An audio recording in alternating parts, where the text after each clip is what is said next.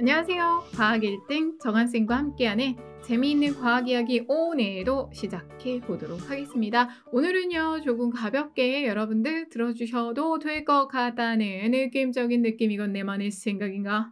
자, 어쨌든 오늘의 주제 먼저 확인해 볼게요. 오늘의 주제는 화학 반응에서의 에너지 출입입니다. 우리 지금 계속해서 화학 반응에서의 규칙 공부를 했었죠.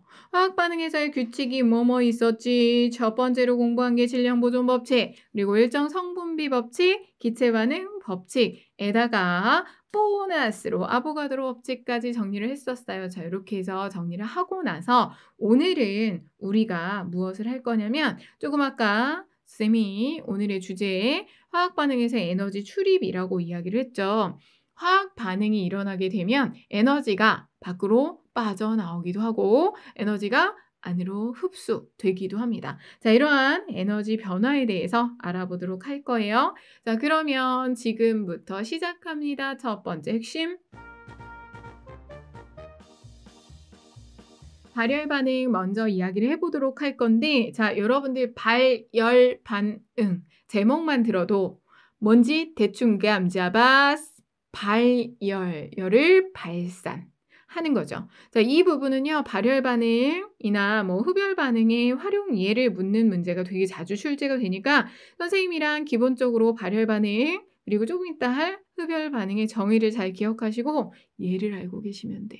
별거 아니야. 자, 먼저 발열 반응. 화학 반응이 일어날 때 주위로 에너지를 방출하는 반응을 발열 반응이라고 이야기를 해요. 생각해 봐봐봐. 그러면 발열이잖아요. 발열해서 주변으로 에너지를 방출하게 되면 그 주변은 그 방출된 에너지를 받아들이기 때문에 온도가 어떻게 된다?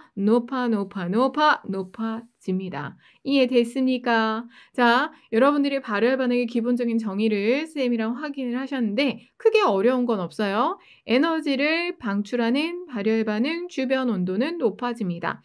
대표적인 예로 여러분들이 가장 첫 번째로 생각하는 거 연료의 연소를 생각해 봐. 연료를 연소한다. 무언가가 불에 타고 있어요. 주변에 손을 대봐. 따뜻해지죠. 연료의 연소 반응. 연료가 공기 중에 산소와 빠르게 반응하는 연소 반응이 일어날 때 열 에너지와 빛 에너지를 방출합니다. 그쵸? 그 열 에너지로 따뜻하잖아. 주변이 따뜻해지는 거야. 주변의 온도가 높아져. 그게 바로 발열 반응의 첫 번째예요. 이런 열로 우리는 난방을 하기도 하고 음식 조리를 하기도 하죠. 이렇게 기억을 하시면 되고요. 금속이 녹쓰는 반응도 발열 반응의 예라고 보시면 됩니다. 금속이 녹슨다는 건 대표적으로 여러분들이 철로 만든 대문이나 철로 만든 다리 같은 거 오래 사용을 하다 보면 녹슬잖아. 그치? 그렇게 녹이 슬면 어떻게 돼? 녹이 슬게 되면 그렇지. 산화철이 만들어지죠. 그 과정에서 열이 발생해요. 발열 반응이고요. 산화칼슘과 물을 반응시킬 때도 발열 반응. 수산화 나트륨 수용액과 염산, 묽은 염산을 반응시켜 볼게요. 수산화 나트륨은 염기성, 묽은 염산은 산성. 산과 염기를 반응시키는 중화 반응도 발열 반응 중에 하나입니다. 이해되셨습니까?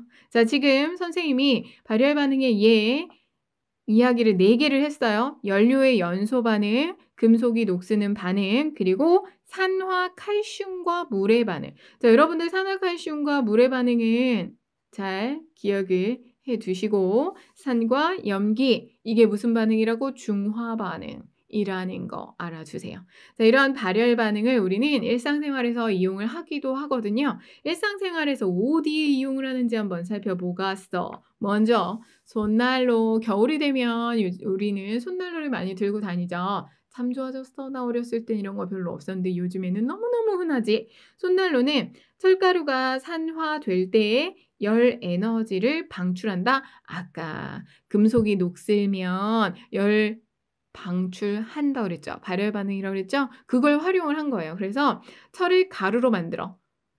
접촉하는 표면적을 최대로 넓혀서 가루로 만든 다음에 이 가루에다가 다른 여러 가지를 섞어요. 숯가루랑 질석이랑 물을 좀 넣어 주고 부직포에 넣고 나서 흔들어 쉐킷 흔들어 주게 되면 열 에너지를 방출하게 되고 그걸 우리는 손난로로 활용을 하는 거죠.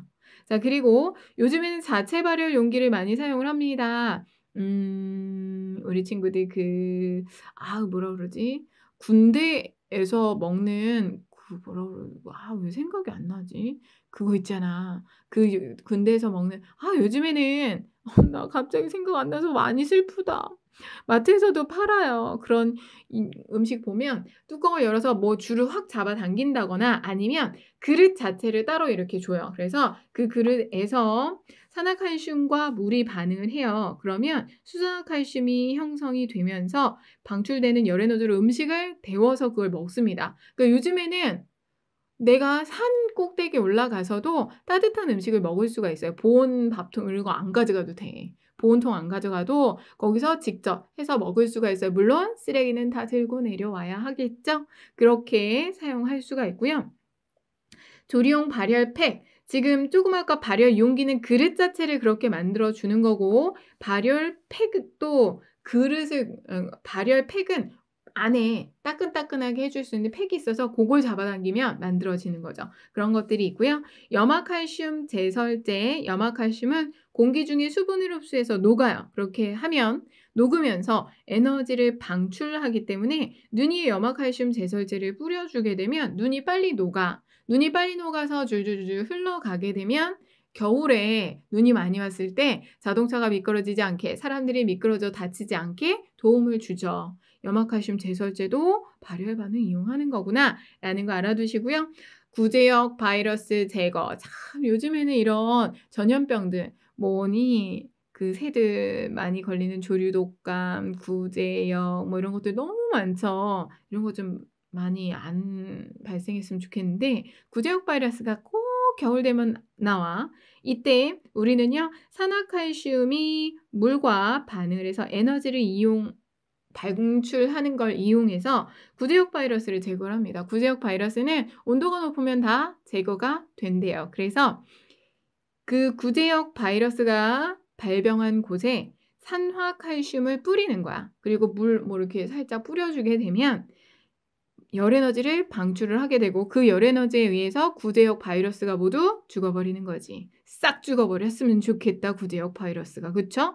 자 어쨌든 이런 식으로 우리는 여러 가지 용도로 발열 반응을 이용을 합니다. 선생님이 아까 시작할 때 얘기했죠? 발열 반응의 이용 예를 많이 물어볼 거니까 정의랑 예를 꼭 기억하셔야 한다. 설명해 드린 거 기억하시고요. 넘어갈게요. 두 번째 핵심. 흡열 반응 알아보도록 할 겁니다. 흡열 반응이라고 하는 건 화학 반응이 일어날 때 주위로부터 에너지를 흡수해요. 열을 흡열 반응, 흡수하는 반응이에요. 자, 그럼 잘 생각해 보세요. 주변에서 에너지를 흡수해와 뺏어 오니까 주위의 온도는 어떻게 될까요? 낮아집니다. 이해됐습니까? 쌤이 맨 처음에 얘기했죠. 오늘 거는 가벼워 라고 얘기했었죠. 이게 다야 흡열 반응이고요. 이러한 흡열 반응도 당연히 얘를 기억하고 계셔야겠죠. 우선은 소금과 얼음물의 반응 먼저 흡열 반응의 대표적인 예로 공부를 하실 건데 여러분들 우리가 초등학교 때 이거 많이 해봤을 거예요. 슬러시 만들기. 얼음을 좀 잘게 부숴주고 거기에다가 소금을 섞어서 골고루 섞어준 다음에 금속으로 된 그릇에 우유나 여러분이 드시고 싶은 음료수 같은 거 넣고 살살 저어주게 되면 슬러시가 만들어집니다. 왜냐하면 소금을 얼음물에 넣게 되면 소금이 물에 녹으면서 열 에너지를 흡수를 해요. 다시 뭐라고요? 소금이 물에 녹으면서 열 에너지를 흡수하고 얼음이 녹는 상태 변화도 같이 일어나겠죠? 얼음도 녹을 거 아니야? 이렇게 얼음이 녹는 상태 변화가 일어나면서도 에너지를 흡수를 합니다. 두 가지 과정 모두 열 에너지를 흡수를 하죠? 이렇게 하면 온도가 영하 20도 이하로까지 낮아져요. 되게 많이 낮아지죠. 이걸 이용해서 우리는 한제로 만들어 사용을 합니다. 되게 간단한 거예요. 소금과 얼음물을 반응시켜서 한제를 만드는 거예요. 그렇게 우리 친구들이 알아두시면 되고요. 자, 그리고 흡열 반응의 또 다른 대표적인 물 전기분해 반응이 대표적인 흡열 반응입니다. 물과 수산화 나트륨을 섞어서 그냥 물로 하면 전류가 잘 흐르지 않기 때문에 전해질인 수산화나트륨을 섞어주세요 라고 우리 다 배웠었는데 생각나나? 그렇게 정리를 하시고요. 여기에다가 전원장치를 연결해서 전류가 흐를 수 있도록 해주게 되면 물이 수소와 산소로 나누어지게 되는데 이때 흡열 반응이에요. 주변의 온도가 낮아지고요.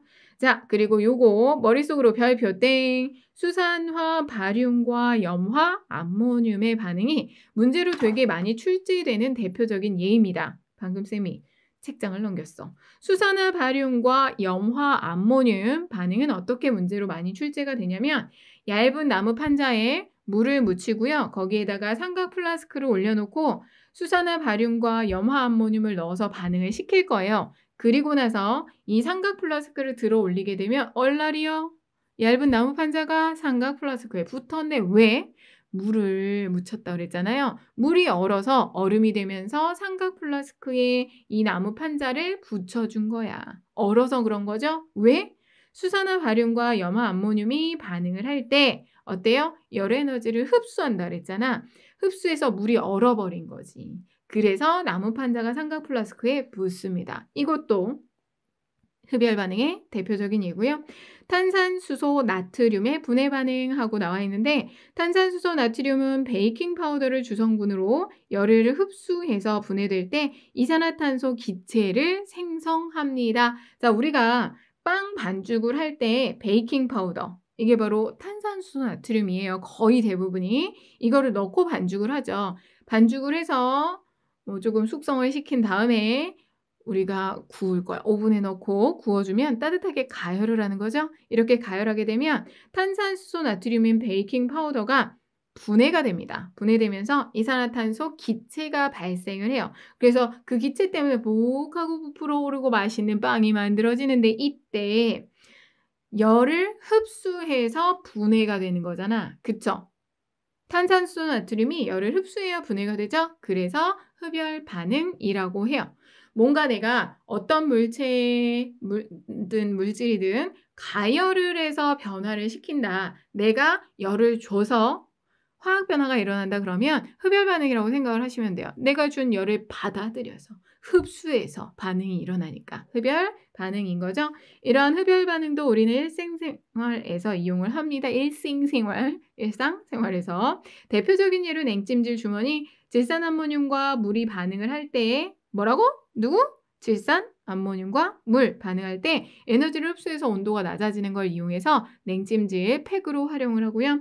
한제 아까 얘기했죠? 얼음과 소금을 혼합한 걸 한제라고 하는데 소금이 얼음물에 에너지를 흡수하고 얼음이 융해되면서 열을 흡수해서 온도가 내려가게 되고 영하 20도 이하, 한 21도 정도까지 영하 21도 정도까지 내려가는 걸 활용을 합니다. 알겠습니까? 자, 이렇게 해서 흡열 반응의 이용까지 알아봤습니다. 자, 그러면 이제 쌤이 하고 싶은 얘기 다 했거든요. 마지막으로 한 번 더 정리하기.